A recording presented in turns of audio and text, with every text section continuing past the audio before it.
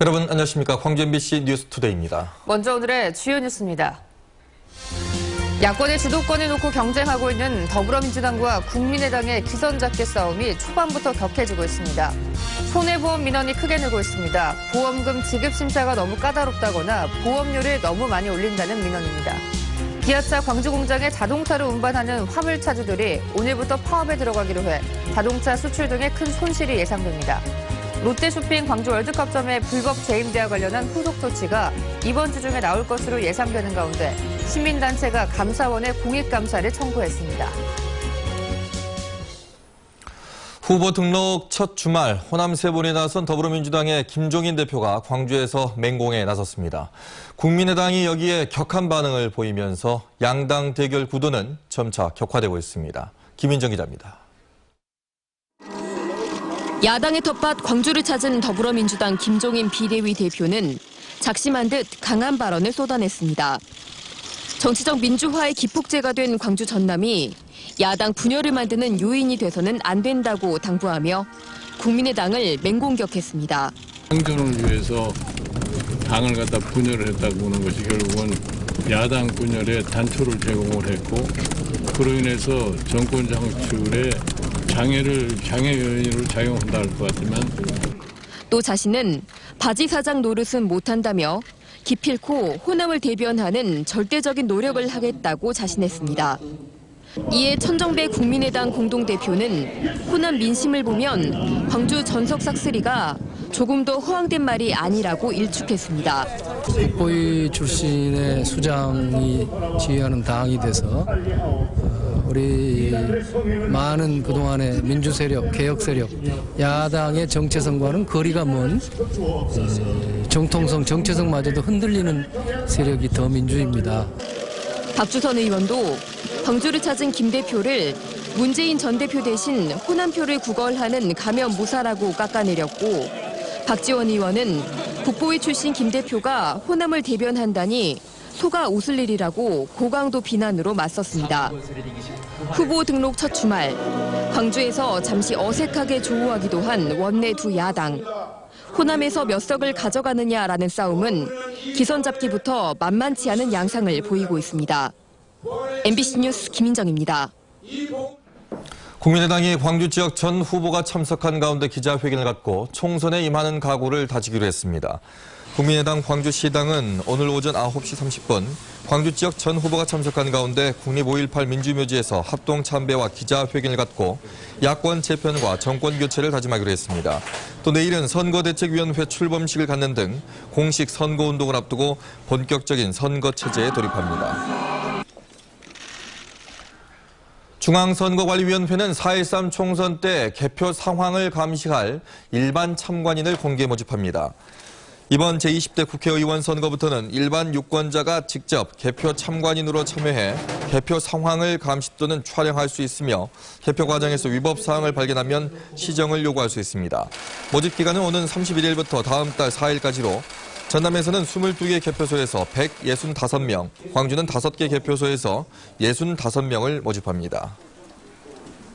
아침까지는 꽤 쌀쌀합니다. 현재 광주가 2도를 가리키고 있고요. 한낮에는 아침보다 15도 이상 올라 낮부터 기온이 크게 오를 것으로 보입니다. 다만 여전히 아침과 저녁의 일교차는 더 벌어질 것으로 보입니다. 연일 맑은 날씨가 이어지다 보니까 대기는 점점 더 건조해지고 있는데요. 전남 여수에 건조주의보가 내려진 상태입니다. 산불 등 화재 예방에 각별히 유의하셔야겠습니다. 구름 모습 보겠습니다. 현재 대체로 맑은 하늘 드러나 있는데요. 오늘 고기압의 영향권에서 종일 맑은 날씨가 이어지겠고 낮부터는 남서쪽에서 따뜻한 공기가 유입되겠습니다. 월요일 출근길 기온입니다. 담양 영하 2.2도, 화순 영하 1.3도로 아침 공기는 쌀쌀합니다. 한낮에는 어제보다 4도에서 5도가량 크게 오르겠는데요. 무안 16도, 곡성 19도, 순천 19도, 고흥 18도가 예상됩니다. 날씨였습니다. 실손 의료보험과 자동차 보험과 같은 손해보험 민원이 우리 지역에서 크게 늘고 있습니다. 보험사가 보험금을 줄 때 심사를 너무 까다롭게 한다거나 보험료를 올려도 너무 많이 올린다는 겁니다. 김철원 기자입니다. 2009년에 실손 의료보험 상품을 구매한 조 장관 씨는 요즘 보험 상품 때문에 화가 많이 났습니다. 3년마다 보험료가 오르는 건 알았지만 두 번의 갱신 끝에 보험료가 220%나 올랐기 때문입니다. 보험료는 앞으로도 계속 내야 할 텐데 끊임없이 오르기만 할 보험료가 걱정입니다. 지금 추세대로 본다면 20만 원도 훌쩍 넘어갈 거란 말입니다. 그때 되면 70대나 80대 돼가지고 그 보험료를 어떻게 감당하며. 금융감독원 광주지원이 지난해 처리한 민원을 분석해 봤더니 조 씨처럼 손해보험과 관련된 민원이 크게 늘어난 것으로 나타났습니다. 은행과 비은행권, 생명보험 민원은 모두 줄었는데 자동차 보험, 실비보험과 같은 손해보험 민원만 24% 이상 늘었습니다. 자동차 보험의 경우 다른 지역에 비해 유독 높은 손해율이 문제였습니다. 보험사의 손익분기점이 되는 손해율은 78% 정도입니다. 그런데 최근 3년 동안의 광주 전남 손해율은 이를 훨씬 뛰어넘다 보니 보험사들이 보험금 지급에 소극적이라는 민원이 급증했습니다. 보험계약 인수를 소극적으로 하게 되고 자동차 보험 인수를 안 해주는 겁니다. 그리고 이제 보험금 지급 심사도 강화하게 돼서 여기서 민원이 유발이 많이 됐고요. 이와는 별개로 보험계약 취소에 따른 민원도 많았습니다. 금감원은 그만큼 보험료를 내기 힘들 정도로 형편이 어려워진 지역민들이 많아졌기 때문으로 분석하고 있습니다. MBC 뉴스 김철원입니다. 앞서 보도에서 보신 것처럼 최근 보험 관련 민원이 크게 늘고 있습니다. 네, 또 보험 사기도 좀처럼 근절되지 않고 있는데요. 김양식 손해보험협회 호남본부장과 자세한 얘기 나눠보겠습니다. 안녕하십니까? 네. 자, 은행과 또 비은행권, 생명보험 쪽은 좀 이런 민원이 좀 줄어드는 것 같은데 손해보험 쪽은 왜 이렇게 좀 늘어나고 있는 건가요? 네, 지난해 광주 전남에서 발생된 보험업계 민원 가운데 생명보험 관련 민원은 2.4% 감소한 반면 손해보험 관련 민원은 24.1% 증가한 것으로 나타났습니다. 손해보험 민원이 증가한 주요 원인으로는 실손보험의 갱신 보험료 대폭 인상에 따른 민원, 경기 침체로 인해 보험계약 취소 과정에서 발생된 민원, 그리고 광주 전남 지역 손해율 에 따른 인수 과정에서 까다로운 심사 관련된 민원, 마지막으로 보험 사기 혐의 비용원 및 가입자에게 대한 보험금 지급 심사 과정에서 발생된 민원이 많았던 것으로 분석되고 있습니다. 네, 최근 특히 실손보험을 놓고 소비자 민원이 많이 발생하고 있는 것 같은데요. 구체적인 상황은 어떤 상황일까요? 예, 제2의 국민건강보험을 통하는 실손보험이 위기를 맞고 있습니다. 실손보험은 2015년 기준 전 국민의 64%인 3,200만 명이 가입해 있습니다. 그렇지만 손해율은 지난 2009년 100%를 돌파한 뒤 2014년부터는 120%로 웃돌고 있습니다. 실손보험 손해율이 이렇게 급등하게 된 가장 큰 이유는 비급여 진료비가 급격하게 증가하고 있기 때문입니다.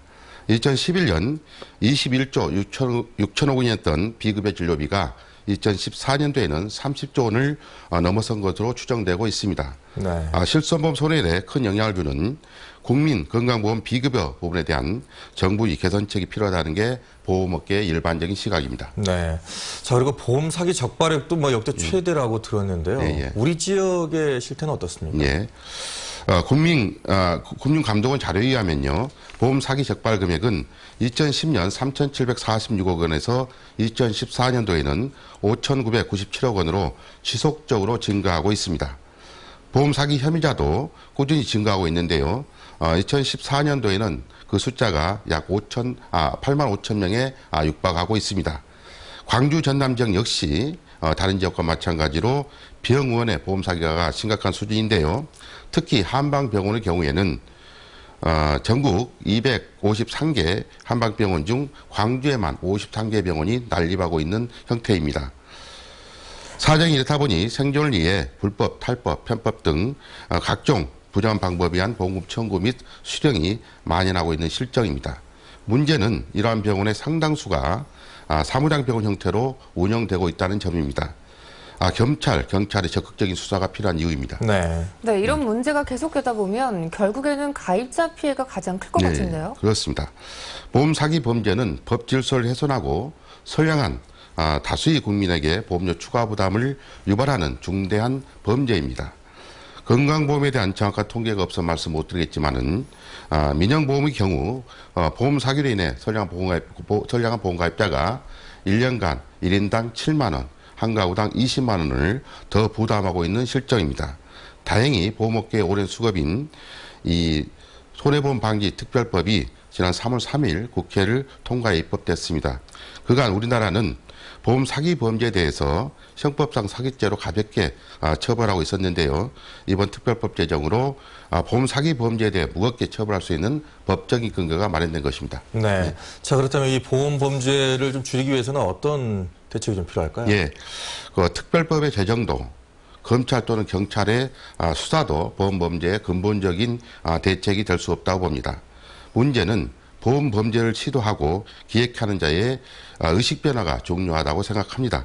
또한 내 돈 안 드니까 경미한 사고에 잠시 쉬어가자는 생각에 병원에 입원을 한다거나 고의로 사고를 일으키고 입원하는 행위 등 어떻게 보면은 주변에 쉽게 볼 수 있고 가볍게 보이는 행위도 보험 범죄 행위라는 점이고요. 이로 인해 일반인도 쉽게 정까지로 전락될 수 있다는 점을 깊이 인식할 필요가 있다고 봅니다. 네, 알겠습니다. 오늘 이른 아침 나와주셔서 고맙습니다. 네, 고맙습니다.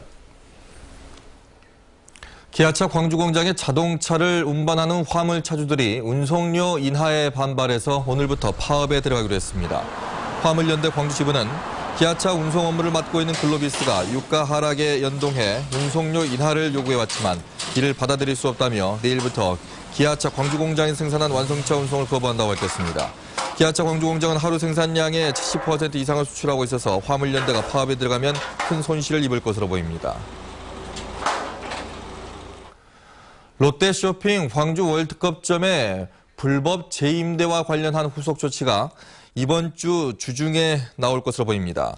광주시는 3월 말 안에 후속 조치를 매듭짓는다는 방침 아래 롯데쇼핑 측에 요구한 추가 수익 사회 환원 방안 등에 대한 진전된 개선안을 기다리고 있습니다. 그동안 광주시는 시민들이 납득할 만한 수준의 개선안을 요구해왔는데 롯데 측이 제출할 개선안의 내용과 광주시의 수용 여부가 주목됩니다.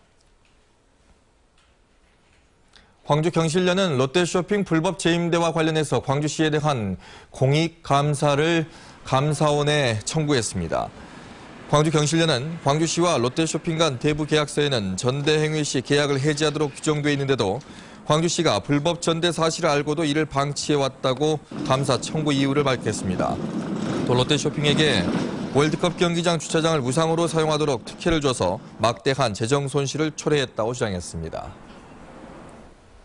세월호 참사의 진상규명을 위한 두 번째 청문회가 오늘부터 이틀 동안 열립니다. 청문회 장소로 국회 사용이 거부당하는 등 총선 전국 속에 외면받고 있지만 침몰 원인 규명이 쟁점으로 될 것으로 보입니다. 김진성 기자입니다. 세월호 참사 특별조사위원회 제2차 청문회는 서울시청에서 열립니다. 국회는 끝내 장소 제공을 거부했습니다. 이번 청문회에서는 초기 구조와 정부 대응의 적정성을 물었던 1차에 이어 침몰의 원인부터 선박 도입과 운영의 문제점, 인양 등을 다룹니다. 복역 중인 이준석 세월호 선장과 선원 7명을 포함해 청해진 해운 관계자와 해양수산부 공무원 등 39명이 증인으로 선정됐습니다. 지금까지 정부 조사에서 밝힌 침몰 원인에 대해서 점검해보고 앞으로 더 밝혀야 할 것들이 무엇인지 얘기하는 게 제일 중요합니다. 여당 추천 특조위원 5명은 이번에도 자리를 비웁니다. 앞서 새누리당 입당 등을 이유로 모두 사퇴했고 남은 12명이 이틀 동안 청문회를 진행합니다. 최근 4.16 연대는 진상규명을 방해하거나 피해자와 유가족을 모욕한 총선 후보자 18명의 명단을 공개하기도 했습니다. 보다 더 적극 나서서 해결하려고 노력을 했어야 되는데 그게 아니라 세월호 참사 해결하는 데서 계속 걸림돌, 방해, 이런 걸 해왔다고 하는 것들을 우리가 이번에 볼 수가 있습니다. 일부 증인들이 출석 거부 의사를 밝히고 있는 가운데 유가족 100여 명은 방청석에서 청문회를 지켜볼 예정입니다. MBC 뉴스 김진선입니다. 5.18 민주화운동을 지지한 재배교포들의 첫 집회가 미국에서 열린 사실이 36년 만에 확인됐습니다. 5.18 기념재단은 최근 미국 방문 등을 통해 조사한 결과 1980년 5월 26일 미국 시카고의 한인들이 연 신군부 규탄대회가 5.18과 관련한 첫 재배교포 집회로 확인됐다고 밝혔습니다. 지금까지는 같은 해 5월 29일 독일 베를린에서 열린 동포 성토대회가 5.18 관련 첫 해외 집회로 알려져 있었습니다. 광주시 감사위원회는 시민안전을 위협하는 불편을 초래하는 도로안전시설 473건을 적발해 시정하도록 했습니다. 적발된 내용을 보면 도로 파손과 보도 침하 등이 120여 건, 자전거 통행이나 보행에 불편을 초래하는 시설물이 140여 건, 교통신고기와 시각장애인 음향신고기 고장이 40여 건 등이었습니다. 감사위원회는 시급한 조치가 필요한 도로 침하 등은 즉시 시정하고 나머지는 예산 확보와 안전조치 등의 시정 계획을 수립하도록 했습니다. 광주시는 이른바 대포차로 불리는 불법 명의 자동차 일제 단속에 나섭니다. 광주시는 법원 등과 협조해 중고자동차 매매 상사 무단 폐업으로 발생한 불법 명의 자동차 1,600여 대의 운행 정지를 명령하고 불법 명의 자동차가 운행 중 적발되면 모두 고발 조치하기로 했습니다. 대포차는 등록원부 소유자와 실제 사용자가 다른 차량으로 뺑소니 사고와 세금 체납 등 사회적인 문제가 되고 있습니다.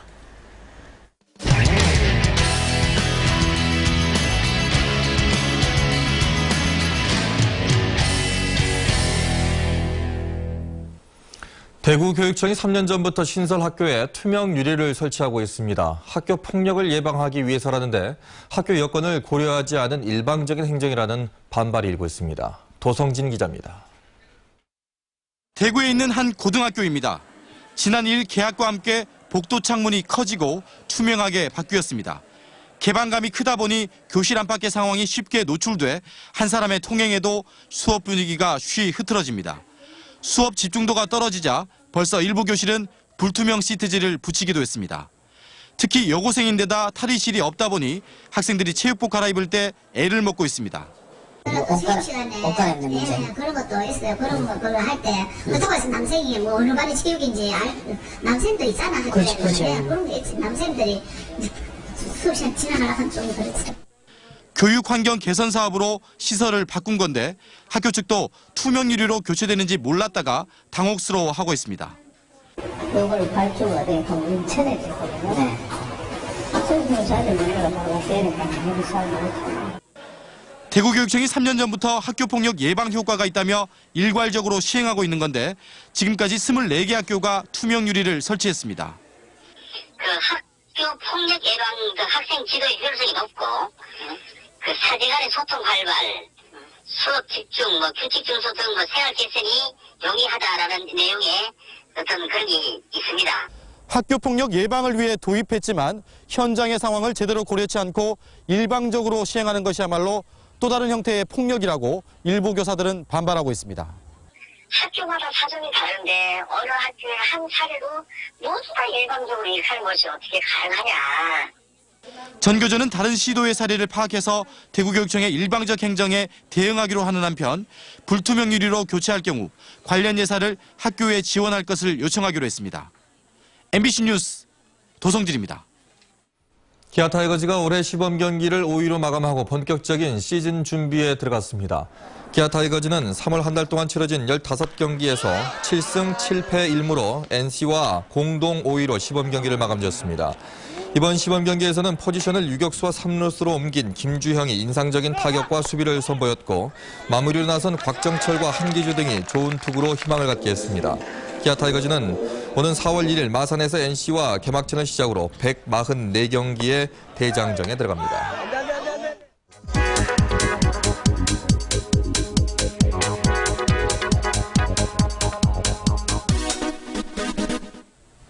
광주의 정보를 알려주기 위해 개발한 스마트폰 어플리케이션 이용해 보셨습니까? 광주는 광주 생활정보와 광주 캘린더, 광주 관광 등 11개 앱을 운영하고 있습니다. 이 앱을 개발하는 데 쓰인 비용은 약 1억 8천만 원. 수억 원을 들여 만들었지만 이용 실적이 낮고요. 그리고 장기간 관리가 안 된 앱 서비스가 많습니다. 최근 이런 공공앱 5개가 새롭게 탈바꿈할 예정입니다. 광주 생활정보와 광주 캘린더 그리고 광주 뮤지엄 앱 서비스는 모바일 광주 포털로 운영되고요. 그리고 광주 관광 서비스는 새롭게 다시 만들어질 예정입니다. 광주 대기질은 환경부 우리 동네 대기질로 대체돼서 사용된다고 하네요. 그동안 관리도 잘 안 되고 시민들의 무관심 속에 있었던 공공 어플리케이션. 시민들이 쉽고 편하게 이용할 수 있도록 어플리케이션을 재정비하고 그리고 꾸준한 관리와 홍보가 필요해 보입니다. 카드뉴스였습니다. 전남도민 10명 가운데 2명에서 3명 정도는 공공하수도 이용 혜택을 누리지 못하는 것으로 나타났습니다. 환경부가 최근 발표한 2014년도 하수도 통계에 따르면 전남의 공공하수도 보급률은 75.1%로 충남에 이어 전국에서 가장 낮았고 전국 평균 92.5%와 비교해도 매우 낮은 수준이었습니다. 이를 인구수로 보면 전남에서 공공하수도를 이용하지 못하는 사람은 48만 2천 명이 넘는 것으로 나타났습니다. 광주시는 대인시장에 이어 남광주시장에도 야시장을 조성할 예정입니다. 광주시는 아시아유럽 문화장관회의가 열리는 오는 6월 22일 이전 개장을 목표로 남광주시장의 아시아 음식과 남도 음식 등 먹거리 문화를 특화시킨 야시장을 운영할 계획입니다. 광주시는 대인시장에 이미 야시장이 운영되고 있는 점을 감안해 차별화된 전략으로 상생 방안을 마련하겠다고 말했습니다.